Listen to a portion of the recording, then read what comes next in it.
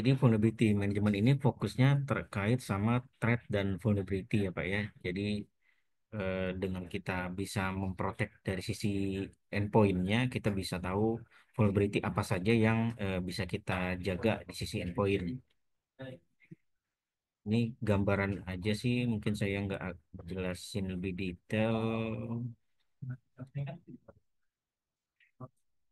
Oke, jadi vulnerability itu bisa datangnya dari macam-macam, Pak. Bisa dari OS, bisa dari aplikasi, bisa dari konfigurasi, dan lain-lain. Jadi dengan kita menerapkan standar vulnerability, kita bisa em, mencegah threat ataupun serangan yang berpotensi bisa masuk dari sisi endpoint. Jadi cara kerjanya kurang lebih ada tiga proses ya Pak ya. Ada melakukan scanning, ada assessment, dan juga ada manage. Nah, scanning ini nanti untuk bisa menjalankan proses pengecekan vulnerability di endpoint, kita perlu pasang agent dulu ya. Jadi di endpoint, misalkan di PC, laptop, ataupun di server, kita install agent, lalu kita jalanin scanningnya. Terus nanti setelah hasil scanning, kita lihat hasil report ataupun assessmentnya. Dari situ nanti kelihatan nih bolong-bolongnya apa saja, konfigurasi yang perlu dibetulin apa saja, terus rekomendasi yang lain juga nanti bisa dilihat. Terus terkait sama mitigasinya ataupun manage-nya. Jadi setelah kita temuin bolongnya apa saja, loophole-nya apa saja, kita bisa eh, melakukan action. Apakah mau ditambal dengan melakukan patching, apakah mau apa ya diperbaiki dari sisi konfigurasinya, ataupun mungkin rekomendasi yang lain, ataupun mungkin ada dari sisi software yang mungkin kita juga ada satu fitur untuk high risk software, mungkin softwarenya bisa di take out atau di uninstall.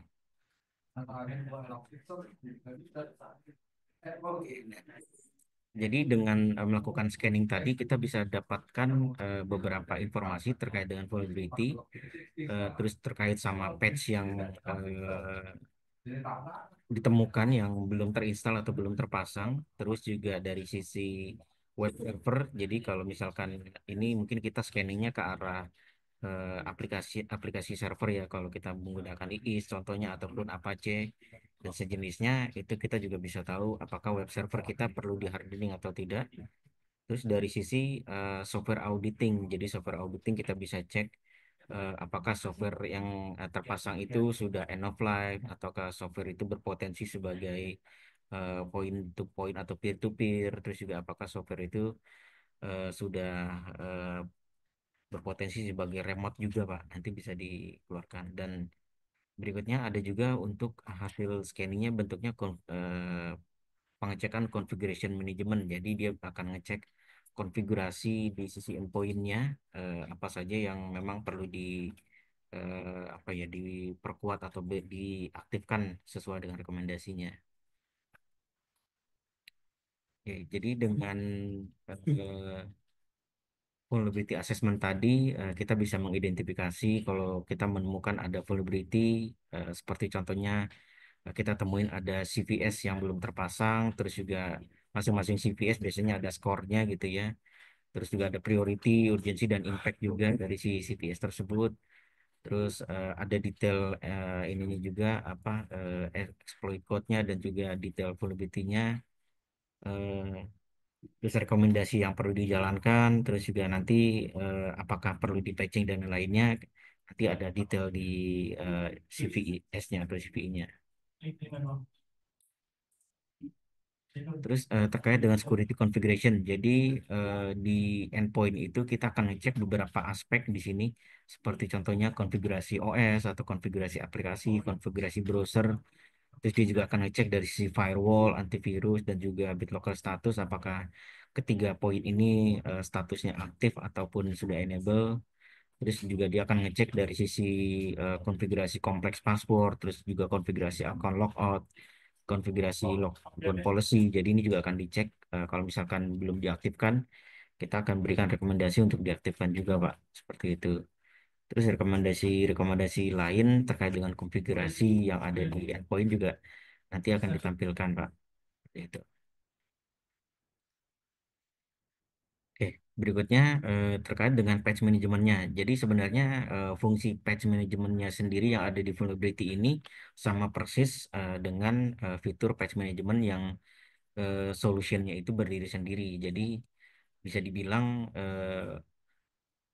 di dalam vulnerability management ini sudah ada fitur patch manajemennya. Jadi semua fitur yang ada di patch management ini ada semua di vulnerability management ini, Pak. Jadi eh, bedanya dengan vulnerability management ya itu tadi Pak. Jadi kita juga bisa menampilkan dari sisi vulnerability, dari sisi sistem misconfiguration, dari sisi web server configuration. Jadi itu yang nanti membedakan antara patch management ini dengan vulnerability management. Cara kerja untuk patch-nya juga sama. Kita bisa menjalankan automate patching yang support untuk Windows, Mac, sama Linux juga, yang juga support untuk third party aplikasi juga. Terus untuk deployment-nya bisa disesuaikan dengan kondisi, apakah misalkan deployment-nya dilakukan di luar office hour, ataupun di pas jam istirahat, ataupun kalau misalkan patch-nya butuh restart, kita bisa atur kapan dia butuh di restart-nya, seperti itu. Terus juga ada fungsi test approve juga, jadi sebelum kita roll out patch-nya ke endpoint-endpoint, kita testing dulu ke beberapa komputer. Terus juga ada fungsi decline juga. Jadi kalau mungkin ada patch yang mau di-exclude, bisa dimasukkan ke dalam decline patch. Nah, berikutnya terkait sama reportingnya. Jadi setelah kita melakukan scanning ataupun setelah kita melakukan deployment, kita menampilkan report ya. Jadi contohnya di sini ada asset summary report. Jadi kita bisa keluarkan berapa banyak sih endpoint yang saat ini sudah kita manage, terus terkait sama vulnerability-nya. Jadi berapa banyak vulnerability yang ditemukan di masing-masing endpoint, terus juga terkait sama patch-nya di masing-masing endpoint itu berapa banyak patch yang belum terpasang. Terus juga reportnya bisa disimpan ke PDF, CSV, Excel, bisa dikirim juga ke schedule report juga melalui email.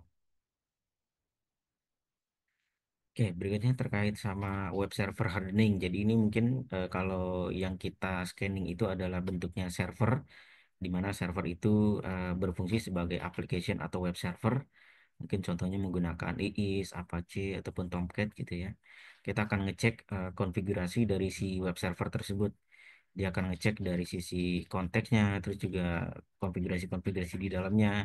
Salah satu contohnya misalkan sertifikatnya, kalau misalkan sertifikatnya sudah expire atau belum terpasang, terus juga dari sisi root directory permission contohnya, terus juga konfigurasi-konfigurasi lain yang berkaitan sama web server nanti dikasih rekomendasi untuk diperbaiki. Seperti itu, Pak.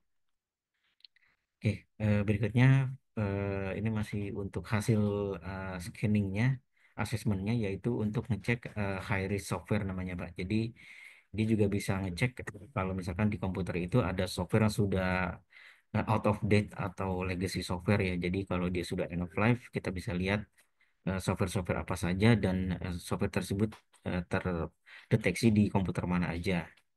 Terus ngecek untuk software-software yang berpotensi sebagai peer-to-peer. Jadi mungkin kalau kita menginstal kayak contohnya software torrent untuk transfer data dan lain-lain, itu dia akan nampilin report software peer-to-peer tersebut dan terpasang di mana saja.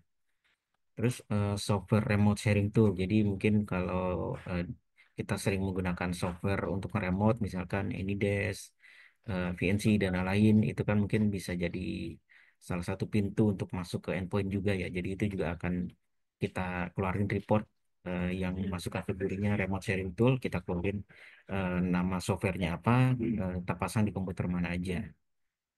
Lalu ada lagi nanti untuk pengecekan ataupun visibility untuk port listening. Jadi kita juga bisa mengetahui port apa saja yang listening di masing-masing endpoint. Ini dia bukan eh, cara kerjanya bukan di scanning atau bukan di telnet, tapi dia eh, karena kita udah pasang agent, nanti agent yang akan mengeluarkan datanya. Jadi di endpoint tersebut dia ada listening port apa saja di komputer tersebut. Jadi kita bisa tahu kalau misalkan ada port-port yang kita curigai yang memang tidak sesuai dengan standar, kita bisa keluarin reportnya berdasarkan dari listening port yang ada di masing-masing endpoint. Gitu. Oke. Nah, jadi ini mungkin secara benefitnya ya Pak ya. Jadi dengan kita melakukan proses tadi, misalkan scanning, assessment, dan mitigasinya, kita bisa mengetahui lebih cepat kalau misalkan kita ada threat ataupun potensi yang bisa eh, menjadi serangan gitu ya. Terus juga kita juga bisa melakukan reporting dan juga eh, mitigasinya secara langsung melalui konsol dari si Vulnerability Manager ini. Terus juga untuk patchingnya sendiri juga sudah ada di dalamnya. Jadi kalau misalkan vulnerability tersebut ternyata solusinya harus di patching, kita juga sudah bisa menyediakan patch management tools. Terus pastinya nanti beberapa solusi kita juga sudah comply dengan beberapa regulation. Terus dari sisi ini mungkin dari sisi apa ya manajemen atau lisensinya Pak. Jadi perhitungan lisensinya fleksibel dan secara konsol mudah digunakan aplikasinya. Oke, jadi ada dua tipe, ada on-premise dan juga bisa di hosting juga di cloud, salah satunya di AWS ataupun di Azure. Versinya Pak, jadi sebenarnya ada dua versi aja sih yang kita sebut profesional sama enterprise. Mungkin kita nggak ngelihat yang free edition ya. Kalau profesional, ini fitur-fiturnya bisa melakukan scanning, assessment, ngecek kalau ada system misconfiguration, ngecek kalau ada high risk software, mendeteksi itu vulnerability report. Nah, kalau di enterprise dia eh, s- lebih kuatnya di mitigasi dan perbaikannya, Pak. Jadi kalau di profesional dia bisa ngecek sampai ke asesmennya aja, tapi mungkin perbaikan dan lainnya dilakukan secara manual. Tapi kalau di enterprise, selain kita ngeluarin hasil asesmen dan scanningnya, perbaikannya sudah bisa langsung dilakukan secara otomatis. Misalkan ada konfigurasi yang perlu diperbaiki, ada patch yang perlu di-deploy, terus juga software yang perlu di-uninstall, misalkan. Jadi ini juga sudah termasuk di enterprise. Kalau patch management itu dia tugasnya melakukan pengecekan patch-nya gitu ya di komputer itu dia ngecek apakah sudah terpasang patch-nya atau belum gitu ya. Tapi kalau di level probability kita ada beberapa asesmen yang lain selain patch-nya. Jadi ngelihat dari sisi softwarenya, ngelihat dari sisi sistem misconfiguration, dari sisi high risk software, dari port audit. Nah ini mungkin beberapa tambahan yang nggak ada di patch manager nantinya. Oke. Nah,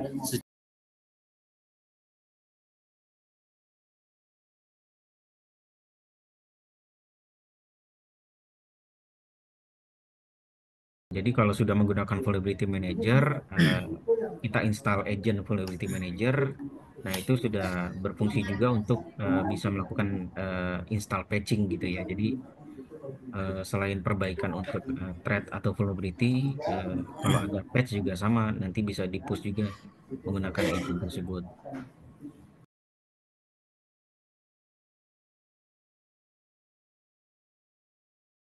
Cara kerjanya memang kalau bicaranya endpoint management kita menggunakan agent base, jadi harus di deploy dulu atau dipasang dulu agentnya di masing-masing endpoint atau komputer yang mau di scanning dan diproteksi gitu ya. Secara topologi arsitekturnya jadi si vulnerability manager server mungkin kita ada di head office kantor pusat di mana vulnerability manager server ini ada akses ke internet buat mengupdate database, mengupdate kalau ada vulnerability terbaru dia akan download databasenya. Terus kalau misalkan perlu perbaikan dan perlu di-download patch-nya, maka si Vulnerability Manager Server akan download dari masing-masing kita bilangnya vendor gitu ya, misalkan dia download dari Microsoft, dia download dari misalkan kalau untuk software yang lain Adobe misalkan dia akan download dari masing-masing vendor dan disimpan dulu di lokalnya si VMP server ini. Nah, baru nanti endpoint-endpoint tersebut tergantung kalau misalkan di cabangnya itu memang sudah kita siapkan distribution server, maka nanti dia akan melakukan nge-sync ke distribution server atau melakukan replikasi gitu istilahnya ya. Jadi disimpan dulu di distribution server, baru nanti endpointnya ngambilnya dari distribution server. Tapi kalau di cabang yang nggak ada distribution server, ya dia ngambilnya langsung dari kantor pusat.